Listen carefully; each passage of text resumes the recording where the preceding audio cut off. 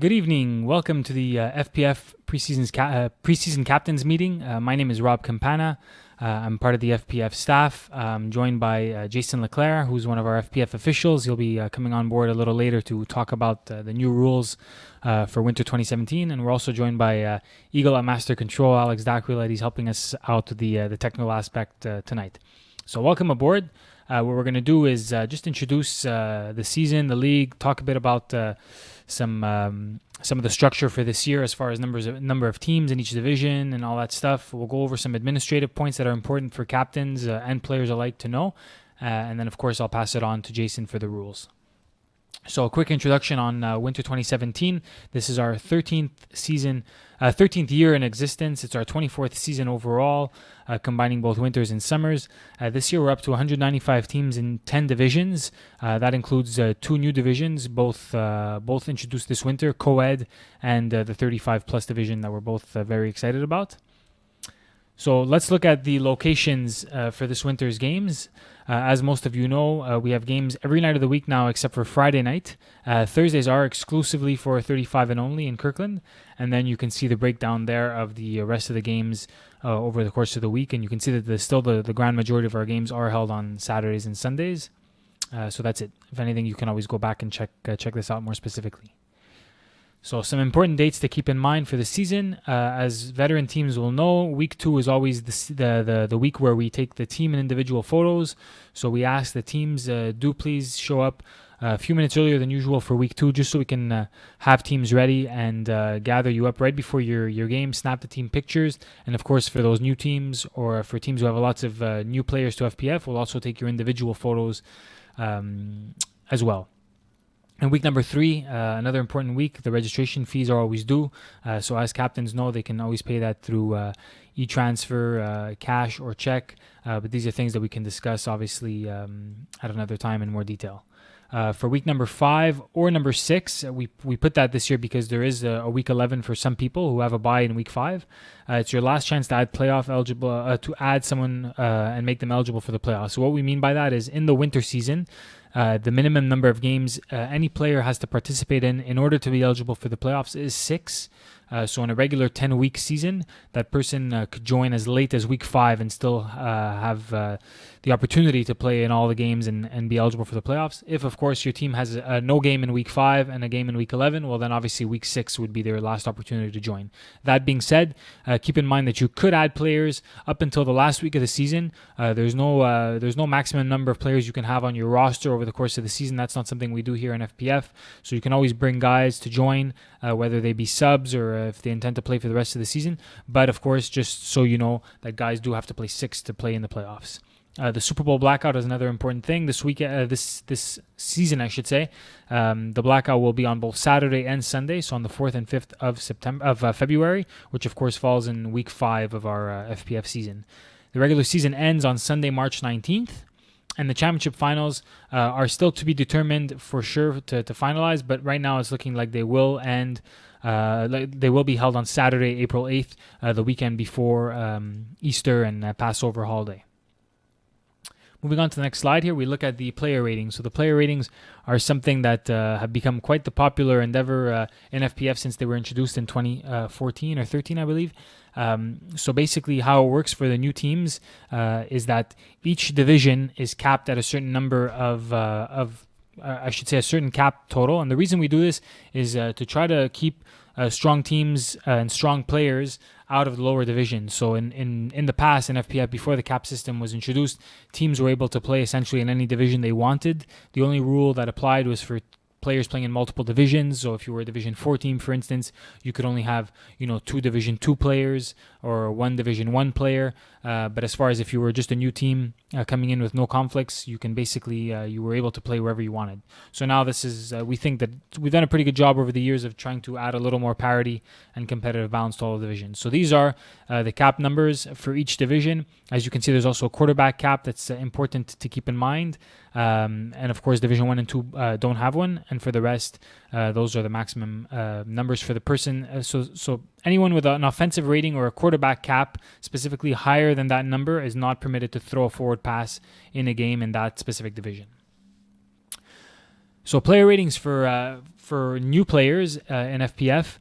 So what this means is if someone is to be brought off the street, and by off the street we mean it's a new member in Flag Plus Football. They've never played before, so obviously our staff and our automated system would have no way of assigning an actual player rating to this player without ever having seen them play in our league, regardless of their tackle football background or pedigree. So what we do is we assign them a base rating for the division that they're entering the league in. This is not the perfect solution, but for the time being, this is definitely the best thing we can do for new players to try to close up that loophole. So as you can see here, if someone starts off in Flag Plus Football in Division 3, then we give them the base rating of 70. In Division 6, it would be 55, and obviously you can see all the numbers there. One question that was asked last year for a particular situation was, we had a player who joined the league who was brand new, but he played Division 1 and 6, believe it or not. So some people were wondering, do you take the average of the two? And again, it is somewhat of a loophole, but as the rule stands right now, the person would have the lowest rating between the two for the rosters in which they start the season on. So if you start the season Division 1 and 6, we will give you a 55. If you join a Division 6 team in Week 3, then you'll maintain your rating of an 80 in Division 1. So just to clarify that point. So moving on. So an important question, a popular topic for each division as the season always starts is how many teams are in each division, and more importantly, how many teams make the playoffs. So as you can see, here's the breakdown. We tend to be a little more aggressive as far as the ratio of teams getting in the top two divisions, just because they're so competitive. So to reward teams that play in the top divisions, it's usually a higher percentage of teams that get in addition to Division 6, which is an entry-level division and a little more participative than the others. Also, as you can see, co-ed and 35 plus in their first years of existence, 4 out of 5 teams and 5 out of 6 teams respectively qualify for the playoffs. So just to follow up on player ratings, the no defense rule, in-game policing. So what does that mean? Basically, a question that is asked on a very regular basis is, if I add a player to my team, but he does not play defense, he only plays offense for us, he'll never step foot on the field and play defense, does his defensive rating count? Or, of course, the other way around, but it's most oftenly seen this way because it's usually referring to quarterbacks. The answer is there's no in-game policing as far as scorekeeper or referees keeping tabs on who is on the field or who is not. So unfortunately, we do not have that rule. If you are on a roster for a particular game, then unfortunately, your ratings on both sides of the ball will count for that game. The roster verification table is something that is a very important tool. Alex can maybe pop it up on the screen and show you how to access it through the information tab on our main menu, just by clicking roster verification. And you'll see that basically there's a table here which resembles the registration table where you enter in your players' names. So if for any particular game you want to see if your roster fits into your division, if you're bringing in 2 spares and 2 guys are missing or whatever the case may be, this is always the best way to go about it. Instead of trying to do the math on your own, this is your guaranteed way of making sure that you make no mistakes when it comes to this. So thanks, Alex. We can head back here. He's putting in some, well, at least the second guy is pretty lowly rated there. But so you can see here that that's how the table works. Pretty straightforward. Golden rules when adding a player. So this was something we added into the presentation last year. So as a captain, often we see that some issues will arise with a roster when they say, oh, well, we added someone for one game, we were stuck. So the golden rule is when you're adding a new player, here's some tips we have for you. First is to ask someone, what is your player rating? If they already play in FPF, then they already have an assigned rating. Again, if it's someone that you're bringing a friend from, off the street, someone who does not exist in the FPF database, then obviously you can accord them the base rating for your division. Second question is, how many teams do you play on? So we do have a rule. This, of course, just to be clear, does not include co-ed and 35 plus. Those divisions are not tabulated in this calculation. But for the men's numbered divisions, you have a maximum of 3 rosters that you can be on at one time. So you should ask someone when you're adding them, do you currently already play on 3 teams? And if they do, then obviously that person should not be someone that you add on to your team. And the third point is, do you play in my division? So this is actually rule number 1 when it comes to FPF. It's the rule that's always existed from our first year of operation. Was always you cannot play on 2 teams in the same division. And that being said, in brackets there, as we put A and B's count as 1. So as of last year, we started with the split of Division 4 and Division 5. So does the A and B, for instance, in Division 4 count as the same division. So you cannot play in 4A and 4B at once. 35 plus in co-ed are not included. Yeah. Okay. So go back. Actually, Alex, if you can just go back for one last thing. An important point there is right below is it's not about your full roster's cap value. It's a per game basis. So this is something that's very important and that a lot of captains forget is that if they say, well, if you're looking at my roster on the website, if you keep track of everybody who's played for us this season, we're way over the cap. That's completely okay. It's a per game roster violation. So always make sure that the roster you have fielded for that particular game is below the cap and you're okay. So now we'll go into something quick here is our media component for FPF, which is something that's quite popular with our players and something we've offered for a long time now. So you can see here, these are the writers that will be covering each division this year. We also have a couple of guys. There's an error there at the bottom, but Paulo Della Rocca and Simon Dagenet is the second general article author. So that's it. This is the long list of writers. We also, in Division 4 and 5, we also offer an English and French article. So those will be your writers for this year. And then moving on to the next slide where we're looking at the podcast hosts. So no problem. One quick second. All right. So for the media coverage, this is something that we also offer in conjunction with the articles. So this year on Tuesday and Thursday evening. So now there'll be articles on. There'll be podcasts on 2 nights of the week. Depending on your division, it will always be the same throughout the season. So we'll post that information up shortly. So these are your hosts for each division. And then finally at the very bottom, you'll see that the FPF Game of the Week is back starting in week 3. So a gentleman by the name of Lance Daniel, who's worked with us in the past, will be back filming the Game of the Week where he'll post a list of games each week in our Facebook group as the finalists. And out of those list of candidates, one game receiving the highest number of votes will be filmed and posted on our site for that particular week. And a quick look here at FPF on social media. So you can use our hashtag FPF at any point if you want to post something, any type of content, and often our guys will either retweet it or repost it or whatever the case may be. But here's the social media channels that you can find us most commonly.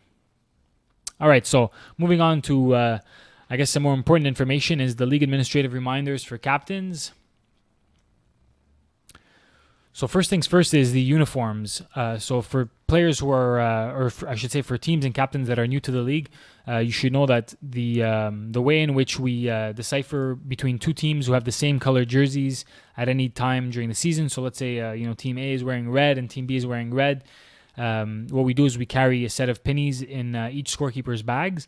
And how it works is the away team will wear the pennies for that particular game. One thing that we mentioned, though, at the very top is pennies are only for color conflict. So we hope that teams do not take advantage of the fact that we do offer these in emergency situations and hope to wear the pennies throughout the season as their jerseys. Some teams have kind of taken advantage of that in the past, and we've kind of cracked down on it. For week 1, emergency situations where some teams have still yet to receive their jerseys and so on, we'll be happy to make some exceptions for that first week. But by week 2, we'll definitely tighten up our restrictions there and really oblige teams to wear their own jerseys unless they're matching with the other team. So players without numbers, it's important. This is something that we started and we kept up quite strictly this summer. Is players without numbers will not receive statistics. So in our league, at least for now, and up until this point, where like I said earlier, it's 13 years we're around. We've never been a league that has fined teams or captains. That's not really something that we want to do or see ourselves doing for the immediate or even far future. But one thing that we do want to do is penalize teams that take advantage of of our niceness and that show up and that don't respect our minimum standards for the uniforms. So one way of doing this is by not basically posting your stats if you play without a number. So that's the bare minimum, is just to show up with matching colored jerseys, all with clear numbers. And this year it's important to note that we will not allow teams to use marked on numbers. So you cannot take a black marker and write your number in the back of a white jersey or light jersey or whatever. That will not be allowed. It will be treated as if you do not have a number on your back. So if you can just go back, Alex, I think there was one last thing. Yeah. So adding players to your roster. So how this works is if ever you know that someone is going to join your team during the week, it's always ideal if you can email myself or one of the other members of the FPF staff, and we can add the player's name ahead of time. It's just always a little easier that way. There's no spelling mistakes or anything like that. We copy paste the name right into our database. But if you're going to bring someone new to the field, then how you would do it is you would just add them to your pregame roster. You can write in their name as clearly as you can if possible, since we're going by your handwriting. And you'll have to submit the player contract, which is something that will be emailed to all captains in a few days right before the season. These are the contracts that are required to be filled in and submitted before the start of every season. And same goes if you bring someone new to the field, even if it's week 6 or week 7 or whenever, that player does have to submit a player contract if he hasn't done one already in this calendar year. Player releases. So something that we added to the league a little while back was these player releases, and essentially the objective, and like we write here, to remember the objective is a way to essentially not oblige players to be stuck on a team that they do not want to be on for the entire season for whatever reason, whether it's payment issues with the captain, or the captain and vice versa with the player, or if the person is just not happy with whatever the case may be on that particular team. At least through the player release, we give the player an opportunity and the captain to part ways amicably, and they can still join another team in that division. Or if they're already playing on 2 teams, at least it would give them a spot to jump on to a third team. But the point of this rule is not for guys to sub on a new team every week and jump from one roster to another. And this is why we've put a limit of a maximum of 1 release per season per player. So if you're released once from whatever team, you cannot receive another release for the rest of the season. And finally, week 7, as you see here, is the last week in which a player can be released. And actually, one last thing I forgot to mention is players cannot be released in the middle of a week. So what we mean by that is every FPF week starts on a Saturday and ends on a Thursday. So if you play on a Saturday night, let's say, in Division 2, you cannot, let's say, receive a release on Sunday so you can play on another Division 2 team that same week. So that you have to wait for that particular FPF week to conclude, and then we can basically put the release in, and it'll be effective as of the start of the following week. All right, injured players is something that has been an issue for us at times in the past. So obviously, when people are paying to play in a league and they get hurt, the objective is not to penalize them for that. We hope that guys can heal up and come back and play as quickly as possible, and obviously join their team in the playoffs. But at the same time, we've seen in the past that some people have taken advantage of doctor's notes and basically played 2 or 3 games, then come up with a note and give themselves eligibility for the season. So what we do is, unless it's a serious injury like a concussion or an operation or anything of that sort, then doctor's notes will not be accepted. If we feel that you can be present at the game due to the injury that you're suffering from, then we'll require you to actually check in with the scorekeeper for your game in order to get the game played. If it's a major injury, like I just mentioned earlier, at that point, then we can make the decision to accept the doctor's note and give you playoff eligibility. So that's a case-by-case thing, more I would say. So you can always reach out to us for more information. Forfeited games is the next thing. So basically, we split it up here into two facets. So we'll see forfeits in 2 ways, essentially. The first one is, quite simply, you're missing players. The team does not have enough players to field a roster for that particular game. You need 5 players to start any game. So how it works at FPF is we still give you some time to, if some teams are running late and they're all coming to the field together, or a good chunk of them are coming to the field together, we don't just, give you the loss as soon as the game is about to start. So what we do is, for every 6 points on the clock that you do not have enough players present, we award the opposing team 6 points up until we get to halftime, and in which case the game will end at a 30-0 score. The second option, which is probably what we see a little more often, is stuff that I guess would fall on the captain's shoulders, and it's violation of rules. So the first is exceeding the cap. So it's very important. This is stuff just by watching this captain's meeting, you're usually in a good position to understand how the rules work and to avoid this stuff quite well. But exceeding the cap, very important. So this is both for the team cap and for the QB cap. So very important that you stay on top of this stuff. If ever things aren't clear, you can always reach out to us to confirm. But that's the first section of this. And then the second would be the illegal player. In-game violations, stuff like if a player is suspended and he decides to, try to suit up and play, or if a player has played on a maximum of 3 teams and he joins you to put him on a 4th roster, things like this. So it's this part B here basically falls on the captain's shoulders, and it really is your responsibility to be on top of things and make sure that this doesn't happen to your team. All right, so a few quick things here for the pregame to keep in mind as a team captain. So please do not throw the ball while others are using the field, especially for non-FPF games.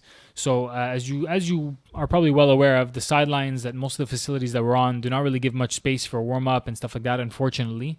Besides basically Stade Bear, where you have 2 full end zones to warm up in, and basically uninhibited at any point of the night. Otherwise, at the other facilities, we specifically ask that you don't warm up, especially while soccer or any other sport is going on that's non-FPF. It's definitely not something that we like if another league comes onto our field and warms up while our games are going on. So we kindly ask that you do the same thing for these other sports and these other leagues. It just makes things better for us at the facilities that we're at, and it just keeps the peace. So we appreciate it if you respect those wishes. Roster submission, the earlier the better. So sometimes captains will come to the field, they'll be prepared, they have their roster card ready, but they just decide to wait till right before the game to give the roster to the scorekeeper for not wanting to bother him or for whatever reason. But it should be known that the earlier you give the roster into the scorekeeper, usually the easier it is for him in between plays or at halftime of the game before he can start to input the roster. It just makes things easier for everyone. If you need flags also, you can always, some people are asking, where do I buy flags? You can always see the head scorekeeper at any field and they'll have flags for you to purchase, so that's no problem at all. And as far as the team benches, so again, depending on the facility that you're at, if you're playing in Brossard where the bleachers are distinctively separated from the team benches, it makes things a little easier. Whereas in Lachine or Loyola, there's no really line of demarcation. But we ask that you do your best to try to keep non-players on your team bench. It just makes things easier for everyone, for the referees, just all around. It makes things a little easier. So whenever you could do this, we appreciate it if you're able to comply with that. As far as post-game goes, sorry, Alex, you can just go back. If as far as post-game goes, one thing that we notice is, much like in hockey or in baseball, there's a specific area for the playing team, and then once the game's over, obviously you leave the bench and you go back to a changing room or to the stands. Well, in football, at least in our league, oftentimes people change on the team bench, which is totally fine for us. But what we usually see is a team will finish their game and they'll kind of linger on the bench and change and stick around for half an hour, and the team that's actually playing doesn't have access to their bench. So it's just common courtesy. It's always nice to have a bench to sit on during your game. So we really ask that once your game is over, you grab your stuff, you just take a few steps over to the side and free up the team bench for the team that's actually playing.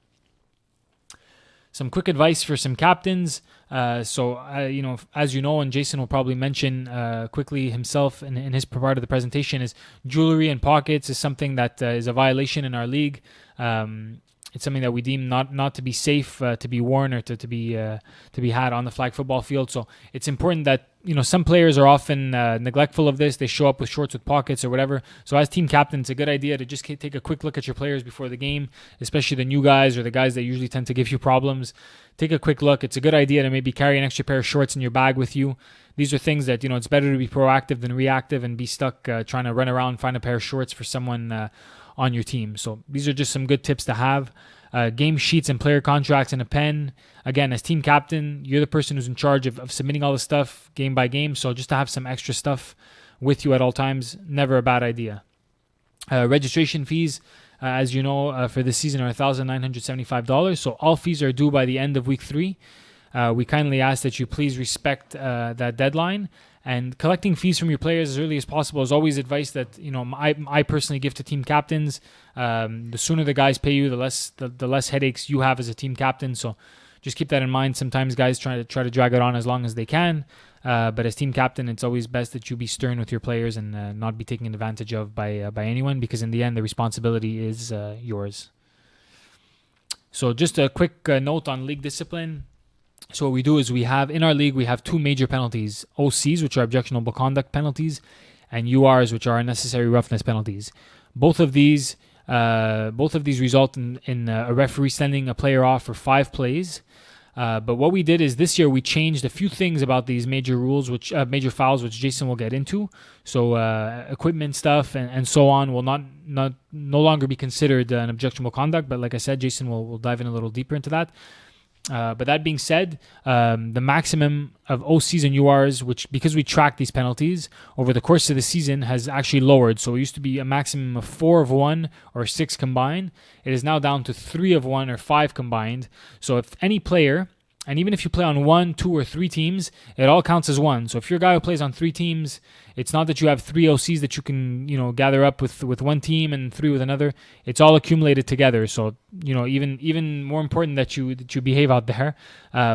But that's it. A combination of 3 of 1 or 5 combined will result in an automatic 1-week suspension. So it's very important that guys who have a reputation or are likely to get objectionable conduct penalties or UR penalties, as captain, you want to try to do your best to make sure that these guys stay in line so that they don't, that they're not obliged to having to sit out a week later on in the season. Our disciplinary committee in FPF is made up of 3 people, so it's 1 referee, 1 staff member, and 1 player. What they do is they handle write-ups received from FPF staff or officials for any type of altercation that happens over the course of any week. We do have a new process in place for a 2-team altercation. So what we mean by a 2-team altercation is in a situation where, let's say, 2 teams get into it, there's a scuffle. What we do is we give both teams 1 opportunity to send us their side of the story. To make things as clear as possible. There won't be any back and forth between the disciplinary committee and the teams themselves. What will happen is that the head of the committee will reach out to your captain or to you as captain and will basically explain the situation that they are looking into, and then you will have the chance, a certain amount of time, let's say 24 hours, to get back to them with your version of the story. And that will be it. That, of course, is just for 2-team altercations. Anything that occurs between a player and an FPF official or an FPF staff member or anything like that will be treated differently. We'll basically get the account just from the official and any staff members that were on hand to witness it as well. So the best and safest bet is just to stay out of trouble as much as you can. FPF stance on fighting and punches is we're quite strict with this stuff. Some guys come over into our league from soccer leagues or hockey leagues where punches are thrown on a more regular basis. But when it comes to fighting and punches, particularly in FPF, we don't mess around with this stuff. It usually results in a season-long suspension, at least. Some guys have been actually expelled from the league permanently for throwing a punch. Again, this is something we take great pride in the fact that we have very few of these altercations over the course of the year. And this is something that we take very seriously. So we hope that you can, basically clarify that to the players on your team, especially if you're new to FPF, that this type of stuff will not be tolerated in any way, shape, or form. So overall comportment on the field, like we like to say, don't be that team. Respect your opponents, respect your officials. As large as FPF may be as far as number of teams and stuff like that, it's a small community. People get to know each other. People make a name for themselves, and it's usually the best idea to be a type of team that's respected by the officials, respected by the opponents. It usually makes your playing experience a whole lot better and just better for everyone involved in the league. We have a renewed focus this year on weeding out the teams that cannot respect the rules and code of conduct. So in the past, we've had some problems with a couple of teams where we've let them back into the league over and over again. But finally, we've gotten to the point where with a couple of groups, we simply refused to have them take part this year. And that's something that we're going to continue to do going forward for teams that are continual problem children or problem childs. So try to stay out of trouble and, just come out, play football, be competitive, enjoy yourself, but know where to draw the line. Like a lot of people like to say in our league, everybody works the next day. This is a recreational league. So as long as you and your players know where to draw the line, you'll have a great time. So, enjoy yourselves and good luck. And I'll pass on the microphone to Jason Leclerc, one of our Hall of Fame officials at FPF, and he'll walk you through the new rules for 2017. Take it away, Jay. Thank you very much, Rob. So just before we get into the specifics of the new rules, just a little bit of background on how we do this. Throughout every season, people make certain suggestions. More often than not come from officials, sometimes from players, sometimes from media members, just things that they think could be better for FPF. So these get into a tracker that I maintain, and come the end of the season, we sit down and we have a committee that reviews all of these situations. Some rules are submitted directly to Rob for review if they're really administrative in nature, or things that we don't consider to be of the purview of the committee itself, and really Rob's decision as the proprietor of the league. But for the most part, the things get debated in a committee that's composed of 3 officials and 3 players, and Rob attends as the tie-breaking vote if needed. Usually, we end up with unanimous decisions. A lot of the stuff that goes in is things that make sense. I'd like to think it all makes sense, but sometimes people don't agree with everything. But hey, that's why we have a committee, and that's why we talk through all these things. We also make these changes in the hope of bettering the game. We try to think of the competitive balance. We try to think of safety being the most important factors, as opposed to gadget type of things that just sound cool but are really just not in the best interests of the game. So that's what we kind of do in terms of the annual rules process. So getting into what is new for this year, there was a bit of a gray zone in the past in regards to the choice of sides in terms of the coin toss options. So there is no longer an option to switch sides at halftime. In the past, our rulebook didn't even say what happened at halftime, and now we've gone ahead and clarified that and said there is no choice of switching sides at halftime. So after the coin toss, the team that wins the toss can choose to be on offense or defense, or can choose the end. And then the other team that did not win the toss will exercise their remaining choices. And there is no quote-unquote screwing it up in terms of choosing offense or defense or deferring or anything like that. Automatically, the team that starts on offense will be on defense in the second half, and vice versa. So if you come to the coin toss, you win, and you say, okay, I want to be on defense, no problem. The other team will start on offense, and you will automatically get the ball at the start of the second half. So the only thing that you need to know about the change this year is no option to change sides at halftime. If you really want a specific end, make sure that that is your choice at the end of the coin toss if you want it. The next one is a bigger change than the coin toss thing. This, in my opinion, will improve things for the better in terms of safety. As you know, there's a no-run red zone in FPF, and historically this has always been from the 5-yard line going in. It's now been moved for this season to the 7-yard line, and the reason for this is purely a safety thing. The players that brought this suggestion to the committee felt that there's a lot of traffic near the goal line. You have rushers running into their own players. You have teams running routes to specifically try to provoke that. So it was felt by all that this would be a major improvement from a safety perspective. So important to note, there are some rules that apply to the red zone application. So obviously converts fall into this. 1-point converts are still from the 5-yard line. That's obviously within the 7, so that's red zone. If you get the ball into the red zone on your drive and then you lose yards, either for a sack or a bad snap or a penalty, you're in the red zone for the entire remainder of that drive. And you always have the option of choosing to stay outside of the red zone if there's a penalty that would have brought you into it. So for example, if we're at the 10 and you have defensive offsides, you could say, look, put the ball on the 7.5, and I'll stay outside the red zone so that I can still run. The next change that we brought in is regarding the last man back rule. A few years ago, we brought in a rule whereby on convert attempts, if the last defender back fouled the player that was returning the interception, we were going to give the score. And this year, it was decided at the committee that if the same thing happened on a regular scrimmage play, and it is obvious that a touchdown would have been scored without the foul, that we are going to go ahead and award the touchdown on this situation as well. It was subject of quite a bit of debate, both at the Rules Committee meeting and at the officials meeting. So we're going to err on the side of, how shall I say it? We need to be really, really sure that the touchdown would have been scored without the foul happening. Like, you're going to have to, see somebody get pushed out of bounds, an egregious hold from way behind in a trail position, close to the goal line, stuff like that, for us to give the points.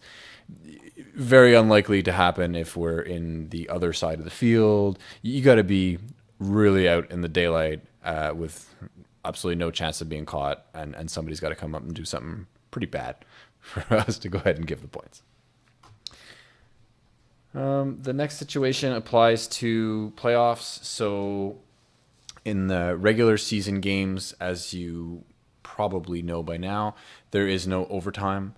If we get to the end of regulation time and the score is tied, the game results in a tie. In the playoffs, we can't have ties, so we have a shootout situation to break the tie.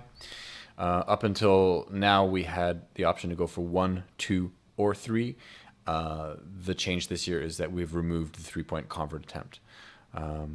It was felt that in any other sort of football, you only have 1 or 2 point converts in regulation or in overtime, and that this was perhaps a vestige of a more gimmicky rule that we decided to do away with moving forward. A clarification, this isn't really new, it's just something that was never really written up properly.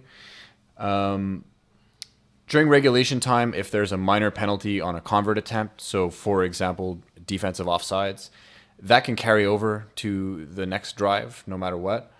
Even if, for example, I went for 2, I got it, and the defense was offside, that can carry over to the next drive. And that, again, talking about regulation time here. If it's in an overtime shootout situation, we've clarified that you cannot carry it over to the next convert attempt. So you can either choose to accept the penalty and repeat the convert, or accept the play as it was terminated, so either successful or unsuccessful score. Major fouls, however, can carry over to the next convert attempt. So, for example, roughing the passer happens and you get the score. Well, we're going to apply that unnecessary roughness play. Okay, this is kind of an administrative change to this penalty application. Unnecessary contact is a rule that we've had for a few years now, where if a minor contact happens and we feel that a foul is warranted, but it's not egregious enough to be an unnecessary roughness and 5 plays off, so we call unnecessary contact. We've now gone ahead and classified that as a major foul, and what that means basically is it can carry over to the next play. You don't have to take the result of the play or the penalty. You can get both. So if I get a first down and an unnecessary contact happened, it can be added on at the end of the play. Or if I got a touchdown and unnecessary contact happened, it can carry over to the convert or to the next series. So that's just an administrative thing, but the referees will let you guys know on the field, like, okay, that was unnecessary contact. It's added on. You don't have to choose the result of the play or the penalty. We didn't have a rule for this situation, so we need to clarify that. It happens on jump ball situations, it happens on Hail Mary situations quite often. So the ball gets tipped, and then a player gets illegally contacted. We didn't specifically treat how to rule this. Intuitively, it made sense to call unnecessary contact or unnecessary roughness if it was really bad in this situation, but we didn't have a specific wording for it in the rulebook. So we've just gone ahead and written that in. Anybody who's played or watched much tackle football would know that that's not a penalty in tackle football. Once the ball gets touched, and you can play the man after that happens. This is a non-contact league, so once the ball gets touched, you still can't contact the player, and this does happen. So we needed to basically write up how we were going to treat that. So there you go. Another situation that happened quite a bit is you would see a defender play the body while the ball was in the air. So a little bit of a difference here from the second bullet point to the third. Again, in the second bullet point, we're talking about the ball being tipped already and then contact happening. On the third bullet point here, we're talking about the defender separating the receiver from the ball at the point of arrival. So if were calling unnecessary roughness or unnecessary contact because the contact happened and separated the receiver from the ball, you're going to now have an option of a spot foul. So basically turning it into pass interference.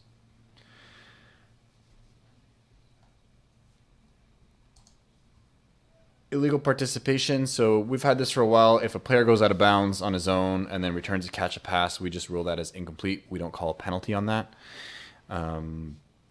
What we didn't have is a clarification of what happens if a player goes out of bounds, touches the ball, and then somebody else catches the pass. So we've gone ahead and clarified that. If it gets caught by someone on the same team as that player, it's going to be an incomplete pass.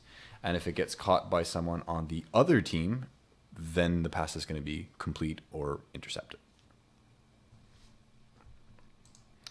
Roster sheets. Rob talked. Oh, sorry. I'm a slide ahead, aren't I? Flags. So we did not have a standard for flags, and it was felt that some players were unfortunately tampering with them in order to gain a certain advantage. There were accusations of people cutting the length of the flags, and I'm sure as captains you probably are aware if anybody on your team did that, and now we're going to put the onus on you to police that a little bit, because we've put in a standard length. Rob assures us that all of the flags that he has in inventory and has ever come across have been of the same dimensions. So the length of the flag from the top of the belt to the bottom is 36 centimeters, and the width is 6 centimeters. Everything else is the same, white flag belt, clip, 3 flags. But the real thing is the length that's going to be important. And if a player is found to have deliberately tampered with his flags, that's going to be an objectionable conduct penalty. We are going to allow players to ask officials to check opponents' flags for tampering. But if they do so and we found that it was an unjust request, then the player who made the request in the first place is going to be the one who gets the objectionable conduct penalty. So as captains, I would say to you, you got to be sure. And maybe you want to take it on your own shoulders to make that decision and make that request to the officials. And if you got somebody coming to you on your team and telling you that an opponent is doing that, think twice before you make the request, because you don't want to get a penalty for asking something like that. And I'd like us officials out there to be preventative about it. See something looks fishy, say to the player, hey, check your flag belt. Is it the proper length? Go see your captain. But if we have to call it, we now have a mechanism to go about doing so. And just to be clear, we're not talking about flags that are tucked in or that aren't on the hips or flag belt that's not covered. That's not what we're talking about in terms of tampering. That's wearing your flag belt properly, and we're going to continue to be preventative about that. We're going to check it before every play and let you guys know, and we'd ask that you do the same. And if somebody's shirt is covering his flag and we didn't catch it ahead of time and it does give him an advantage, we'll manage that when we get there. If we have to call flag guarding, we will. But again, that's not what we're really trying to deal with here under the tampering rule. In terms of roster sheets, so Rob talked about this a couple of times. Teams are obliged to provide a roster sheet to the scorekeeper prior to the game time. And at the request of the scorekeepers, really, we've put in a penalty for not respecting this. So if game time comes and the roster sheet's not in yet, there's going to be a 5-yard delay of game penalty. I think this will be a popular section, uniform jewelry pockets. Perhaps not so much the first point here, but we need to clarify this. Players can wear tights, yoga pants, compression clothing, Under Armour gear, stuff like that. That's no problem. You don't have to wear shorts or pants on top of clothing like that. You cannot play in underwear. You cannot play in boxers or bikini cut underwear, but you can wear undergarments, if you will, that are not specifically underwear, and you still be okay with that. We had a situation last year where a player was wearing shorts. He got his penalty. Another player said, hey, here, take my shorts and I'll just play in my long johns. And we realized we didn't have any treatment for that, and we needed to decide one way or the other if we were going to allow it. And as we now have a co-ed league, we got to the point of asking ourselves, do we let women wear a certain type of clothing and let men wear another? And we said, no, let's just be standard. No sexism in FPF would be tolerated, and everybody can wear the same types of clothes. We strongly encourage you to wear shorts or pants on top of your long johns or tights or whatever else you're going to wear, but you may play in those type of clothing. The next point is probably the good news, I guess. The penalty for wearing jewelry or having pockets is no longer classified as objectionable conduct. So we are still going to have a penalty for this. It's still 10 yards. It's still 5 plays off. So it still sucks. You don't want to have that happening to your players. But it's not going to count towards an eventual ejection from the game if you get 2 major fouls. And it's also not going to count for your major foul tracker. So the accumulation of number of URs and OCs. These penalties do not count towards those anymore. We're still going to call it. We're still going to manage it. It's still a safety issue, but it's been toned down a little bit. And while I'm on the topic, just to clarify what is considered jewelry, it's written in the rule book, but I'll spare you the gory details by summarizing it. A watch is jewelry. Any kind of a ring, so including wedding bands, is jewelry. Anything metal, so earrings, bracelets, chains, that's all jewelry. And what's a pocket? Anything is a pocket that looks like a pocket, smells like a pocket, walks like a pocket. It's a pocket. So taped up pockets, sewn up pockets, zippered pockets, pants worn inside out and pockets hanging out like ears, back pockets, sweatshirts, hoodies with pockets. It's all pockets. They're all a safety issue, and we would strongly request that you respect this rule. And if you don't, we'll have to penalize it. Pylon, this is a no-brainer for anybody who watches much football, but it wasn't defined. So the pylons are placed out of bounds and deemed to be out of bounds. So you cannot step on the pylons at the corner of the end zone and claim that you've come down in bounds. You also can't step on the cones along the sideline and complete a pass. If any of these things happen, you are out of bounds. We talked about roster requirements. You need at least 5 to start the game, and we just clarified a little bit what happens if you go down to 4 in the middle of the game. So if you've lost a player due to an injury, or he's been sent off for 5 plays for an OC or a UR, or there's some kind of emergency that requires him to leave immediately, you can still continue the game with 4 plays. 4 players. But if you go down to 4 players because of a permanent disqualification, you're going to forfeit the game. So if you got a guy that gets sent off for the second time for unnecessary roughness, or if we have to eject somebody for a single act, that's an RP, that's an abbreviation for rough play. Sorry about that. So if anything like that happens, the game will end at that time. And then convert choice. This is another situation that we didn't specifically treat, and some teams would take advantage of this. So when it's time to go for your point after touchdown, you're going to decide if you want to go for 1 or 2. And, there may be a little bit of back and forth with your players or with the bench or with the captain who might be off the field or something, or you're looking at the scoreboard and trying to decide if you're going for 1 or 2, and that's fine. But once we put the bags down and we've communicated the choice, then that decision is final. Unless you want to take a timeout, you're going to have to stick with your decision. That's pretty much it for the rules section. I'd imagine that there might be some questions either for Rob or for myself. So if there's anything. All right, so we go. Thanks, Jason. Appreciate that. So we did have one question here so far regarding knee braces and whether they need to be covered up. So the answer to that is no, they do not. Although we encourage players who wear like those older, bulky knee braces, that some of them do actually have some sharp edges exposed. We encourage those players to maybe try to cover those edges up as best they can, either with a sock or with tape or anything like that. But as far as like a hard-nosed rule that is hard-coded into our rule book, there is actually not a rule against knee braces of any kind. So that's the only question we got so far. Thanks, Andel Thomas Gordon, for submitting it. As far as just something that popped into my mind now, something that we didn't mention in the captain's meeting, it's a rule specifically catered to the size of the football, Jason, right? So the size of the ball for the co-ed division, we've actually put in a rule where a junior size football could be used regardless of who's throwing it, whether it's a male player or a female player. Junior size football will be permitted in the co-ed division.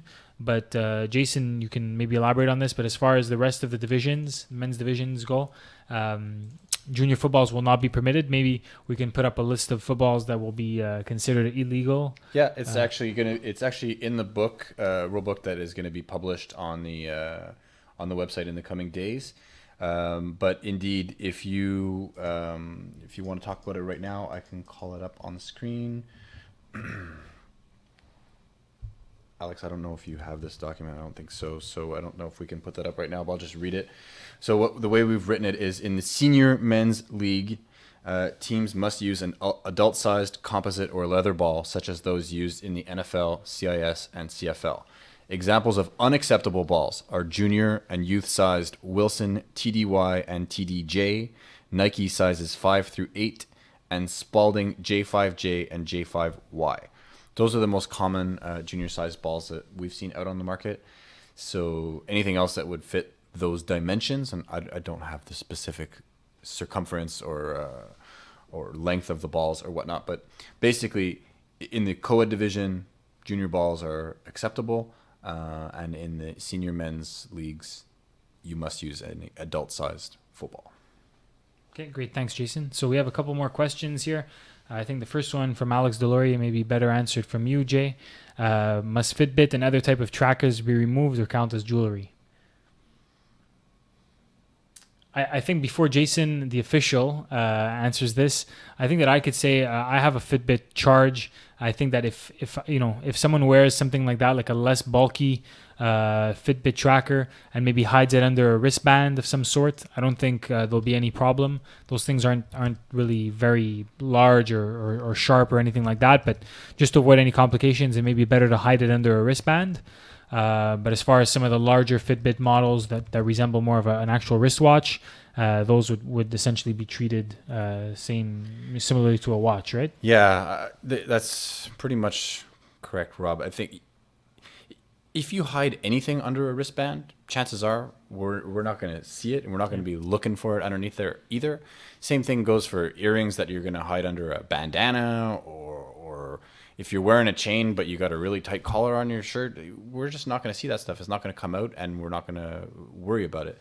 Or the safety. Yeah, and it's not a safety concern in that case either. You're right, Alex. But if it's something that looks like a watch, I'm not going to worry about what its function is. I'm going to say, take it off and go think about it for 5 plays. If it looks like a chain, if it looks like a watch, it's got to go. All right, it's fair. The next question is from Eric Link, who's the captain of a 35-plus team. So how is the age limit enforced in the 35-plus division?